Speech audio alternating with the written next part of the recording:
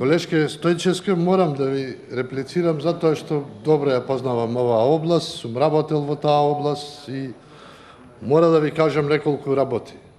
Значи, Македонија може да е чиста, супер, да ја нема и рек Битола и рек Осломи, ама не можеме со обновливи извори на енергија да ја снабдуваме затоа што не можеме ни да го достигнеме максимумот до 20% од произведената електрична енергија да биде од обновливи извори на енергија. Значи, далеку сме да го постигнеме она што сме се нафатиле да го постигнеме до 2020 година, така да лошо е што не ги разбирате добро работите, а сакате да ги дискутирате. Значи, јас уште еднаш ќе кажам, овде никогаш не дискутирам за здравство, не дискутирам за право, затоа што не ги знам тие области, не дискутирам за нив, затоа што има многу постручни од мене во таа област.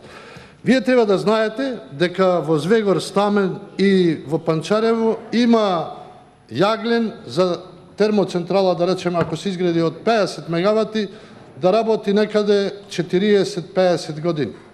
Знаете што е тоа? Плюс загадувањето. Точно е дека термоелектраните што се градеа 70-тите, 80-тите години загадува.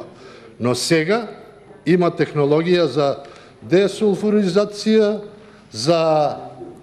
има технологија за сите, за PM честички, за се намалување филтри, така да во старт таа централа ќе биде изградена со такви филтри и нема проблем од загадување.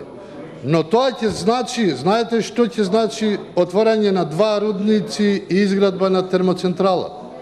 Тоа е за сите луѓе од Источна Македонија ќе значи многу нови работни места, исто така пари за луѓето што поседуваат земјиштето, затоа што во рек Осломе, да речеме, достигна цената до 8 евра по квадрат за откуп на земјиштето. Не знам во рек Битола колку е, беше 2 евра, сега сигурно е поевтино би беше, да, во рек Битола, колега Ковачевски, но сите ќе имаат интерес ако се изгради термоцентрала по сите еколошки стандарди што сега владеат. А има технологија и сега новите термоцентрали се градат така. Исто така, видите, во програмата на ЕЛЕМ има едно размислување за изградба на термоенергетска, кондензацијска или когенеративна постројка.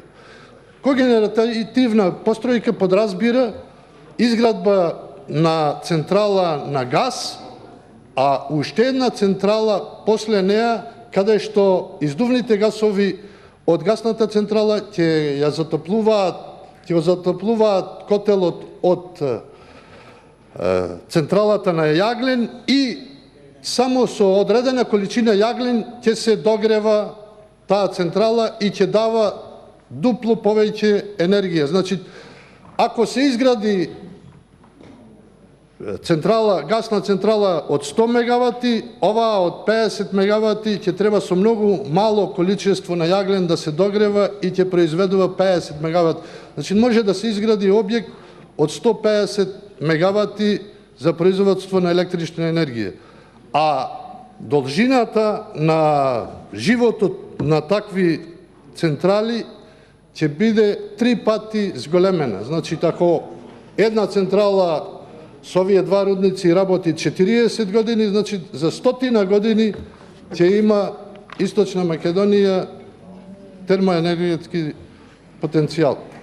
Тоа е добро да знаете. Добро е ако се изгради по сите еколошки стандарди, а сега има технологија и е многу поевтина од тоа што беше на времето. На времето немаше ни технологија за десулфуризација. Сега веќе сите објекти се градат така. Така да размислите уште еднаш дали е ова добро или не. Со амандманот се бара само да се обезбедат средства за физибилити студија. Благодарам.